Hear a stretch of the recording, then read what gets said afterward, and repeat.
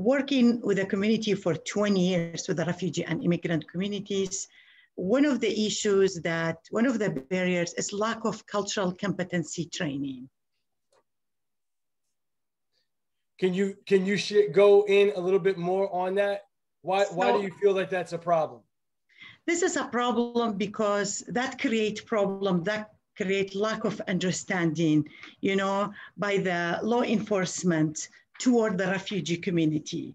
Mental health is an issue that, the law enforcement have to understand that the refugee community, they come with a heavy backpack. It's full of PTSD. I know there is no excuse for any violence or any crime, but the way that we deal and we address the issues, it could be different. Like we have a lot of cultural issues. And when I work with a city of El Cajon they ask me this question, why this community act that way? So I'm so grateful when they ask, so I'll be able to express and explain what's going on in that culture. So that will build some bridge between the refugee community and the law enforcement of understanding what's going on. Again, there is no excuse for violence, but it's always good to understand what's going on in this community, what's acceptable, what's not acceptable, why it's important when the female call 911 for domestic violence, why it's important the officer will take female officer with him, because Muslim community, they don't want to show some bruises in some area, in their bodies. So they may show it to the female, but that's impossible, or to talk sometimes. Some community, they are very isolated. This is not right or wrong. To me, it's completely wrong, but this is how the community act. So for me to work with them, I have to understand what's going on in that culture and deal with it. Deal with something that it makes sense for them. Delacroix, excellent points that you brought up. And it's vital that we hear perspectives from different cultures during game changer events. And one thing that you brought up that we don't spend nearly enough time talking about, but when we do, we spend quite a bit of time talking about. You talked about trauma that community residents have experienced being a community resident among other community residents, whether it's here in the United States or your country of origin, and the trauma that exists between community residents and law enforcement.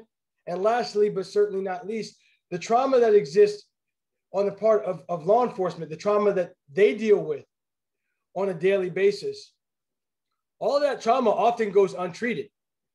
So we have traumatized people coming into contact with one another in circumstances that aren't necessarily pleasant for either party, whether it's a traffic stop or an officer might have gotten a call, someone has done something and this person fits the description. When you have traumatized people coming together on a regular basis and that trauma is untreated, we can't really expect positive outcomes to prevail each day. So I want to thank you for bringing that up.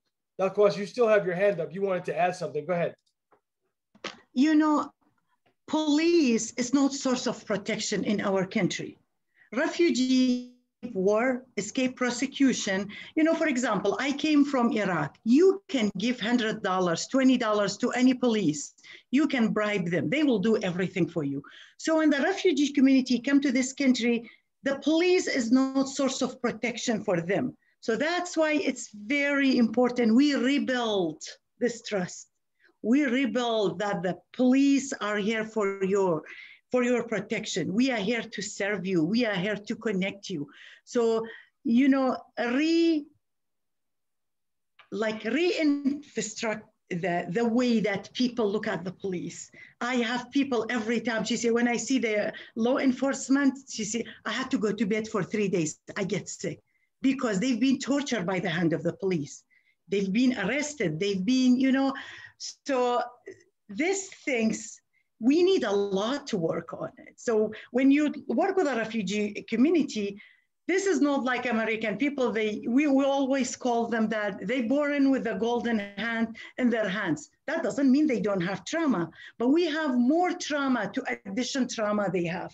We survived war.